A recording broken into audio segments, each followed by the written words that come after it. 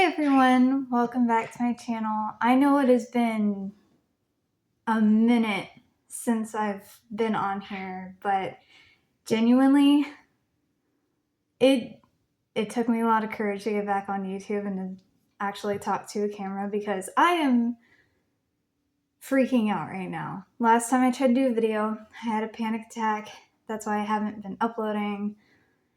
And I don't really need to explain myself, but it's more to give y'all a better idea of why I haven't been around. I know I've been pretty active on Instagram because that's the easiest thing for me to use, and that's the easiest way to get my voice out there. And that's basically why I'm picking up YouTube again, because there are things that I want to speak about and talk about that are a little bit too long to put in a post. So I took a break for about a year, and it's been a hectic year, y'all. Happy 2025. 2024 was genuinely crazy. And I kind of just my life was put on pause. I am living in San Marcos now. I am living in a house with my boyfriend. Gandalf is here, so if you hear chirping, that's why. He's in a bad mood right now, but it's okay. So yeah, more videos are coming. I'm going to be talking about urban legends again, about survival stories, and I actually have a pretty fun story today. This is kind of a non-scripted YouTube video about anything and everything. So I have an interesting thing that happened to me when I moved. I haven't really been doing anything the past year, but after I moved, I decided I'm going to find a part-time job. And during my spare time, I'm going to take some college courses. I tried Hillsdale College, maybe something like Hillsdale or basic college courses that only teaches, the basics of each subject. So the first course I took was American Revolution. The next course I might take would be criminology, but that's a different college. I'm kind of all over the place right now, so please forgive me. So the story, the title of the video. So 2 days before Christmas, I got in a car wreck. I was driving my SUV and someone rear-ended me on the highway. My car is totaled. And I'm like I said, I'm currently living with my boyfriend, and he has a Jeep. So for the past 3 weeks or so, he's been letting me borrow his Jeep. And there was one, I don't remember. So New Year's Day, it was Wednesday. So New Year's Day, he was sick, so he couldn't go into work.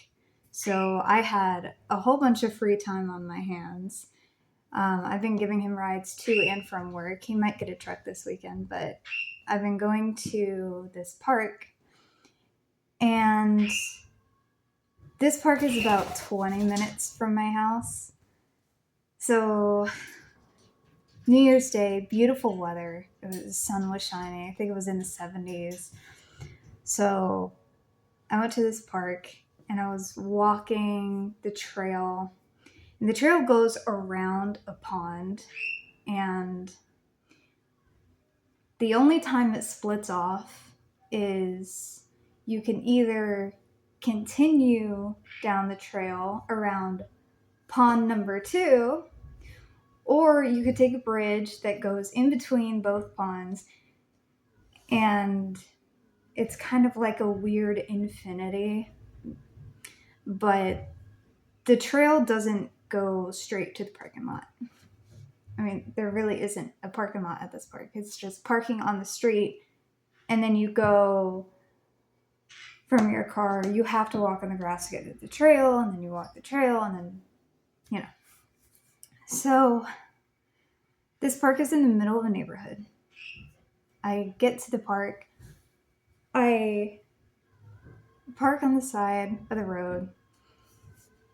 I walk on the grass. I go to the trail. I walk it. And I see this guy. He's not walking on the trail. He is walking directly on the grass. I am on the other side of the park, right? So I am still kind of within earshot of people in the playground area right next to the cars. But where I'm at is on the other end. So they can't see me, but they would definitely be able to hear me. So this guy is walking on the grass and he's crossing my path. So I'm on the trail and this is just a sidewalk of cement. He is crossing it. He crosses right in front of me. I'm still walking. I'm not paying attention to where he's going. I'm just like, okay, he's crossing, whatever. He turns around to look at me. I keep walking.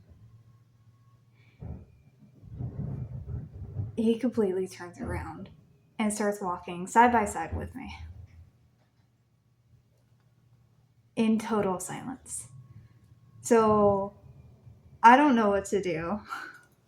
I have anxiety, so I'm freaking out on the inside. And I'm like, okay, why is he following me? What do I say? Eventually, he asks for my name. He gives me his, which I don't remember. I take a mental note of what he's wearing. So he's wearing dark tennis shoes, jeans. He has a black long sleeve shirt on and a blue and black windbreaker jacket. And he has no hat, but he has a military shaved head, right?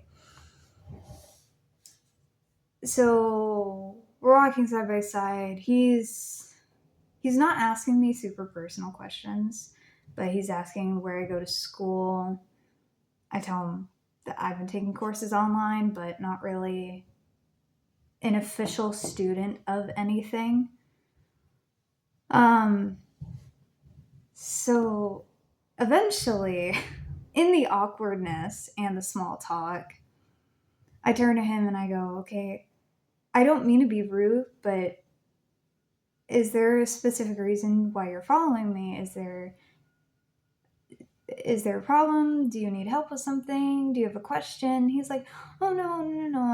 I just needed a partner with walking. And I'm like, I think back to when I first saw him, he was walking the opposite direction of where I was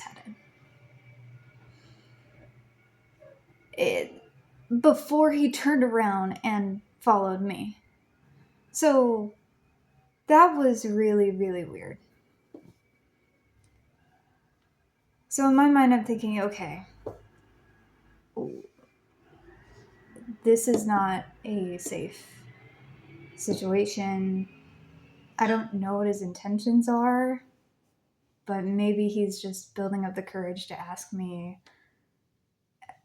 What if he's trying to ask me out, right? He did ask if I wanted to get ice cream across the street. I told him no.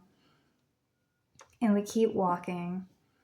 And eventually we get back to the sidewalk part where it's closest to the parking lot, like where the cars are.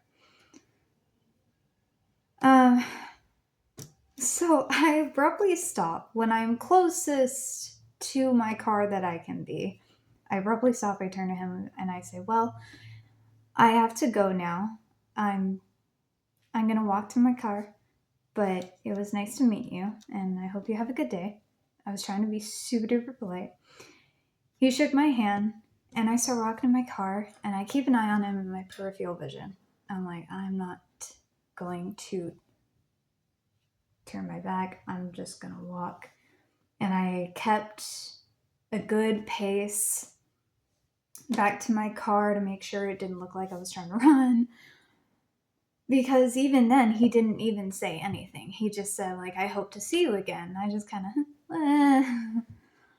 So I get to my car. Once I get to the door, the driver's side, I unlock it, get in, I close it, I lock it. And I see him. At the same time that I went off the trail to walk on the grass to my car, he did the same thing. And he wasn't right beside me at this point, but he was several feet away, and he was walking towards where the cars were. And when I got in my car, I turned around, he was continuously walking. So at the same time that I got in my car, he was passing where the cars were, and he kept walking. And he was staring at me the entire time. So I thought, okay, great. Now he knows what car I drive, but at least he's walking away still. He's not trying to get to me. There are a handful of people in eyesight of all of this. So if he was planning anything, he would have had a lot of witnesses. There were children, there were fathers around who were fishing. There were people there. So I go back home and I go up to my boyfriend and I tell him everything that happened. He said, that is weird. And I told him the scariest part of this was this guy had his hands in his pockets the entire time. And every few minutes, he would take his hand out of his pocket, put it in his jean pocket, and fiddle with something. And I don't know what it was. It was hard to tell. It rubbed me the wrong way. And I honestly don't know what his intentions were, but I consider myself really lucky. If he did have bad intentions, I am glad that I was safe and that he didn't try anything. But the only weird thing he did was randomly join me on my walk, completely turning his direction around of where he was going. And when I got back to my car, he didn't even turn back around to continue on his walk that he was on before. So I'm very confused. If you have thoughts, please let me know. I'm just glad it ended the way that it did. My boyfriend told me, don't go to that park by yourself anymore, because I love parks. I really do. I love exploration. It's just, if I have a bad experience similar to that in one place, I don't go to that place by myself. Especially knowing now he knows exactly what car I drove in. My boyfriend's Jeep is very easy to recognize. It's a Jeep. There are ducks all over it. And he has special gadgets all over it. You know it when you see it, if you know it, But it's just very terrifying. So that was that. Hopefully things turn out okay. The dude, if he sees this, I hope you're doing well. it's not normal to randomly join a person on their walk. Especially, like, in my mind, it's rude to talk to somebody who is exercising.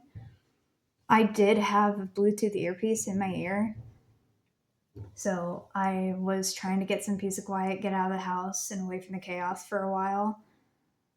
And maybe he was just really socially awkward, and if he did have a question for me, maybe he chickened out. Like, I don't want to paint this guy as a bad person because he didn't do anything wrong, right? It was just a really, really weird encounter that anyone would think that he might have had bad intentions, but I don't know because he didn't do anything harmful. So, more stories are going to be on the way. Once I have enough courage and once I talk to my therapist a little bit more, I can explain more into detail what my YouTube video a year ago was supposed to be. I am like strangling this ponytail holder because of how stressed out I am right now just thinking about it. But this was fun. I hope to do this maybe every other week. I don't know. We'll see. I'm kind of being really laid back about it, but it was nice to tell this story, and hopefully that won't happen again, but we never know. Stay safe out there. I'll see you guys at some point.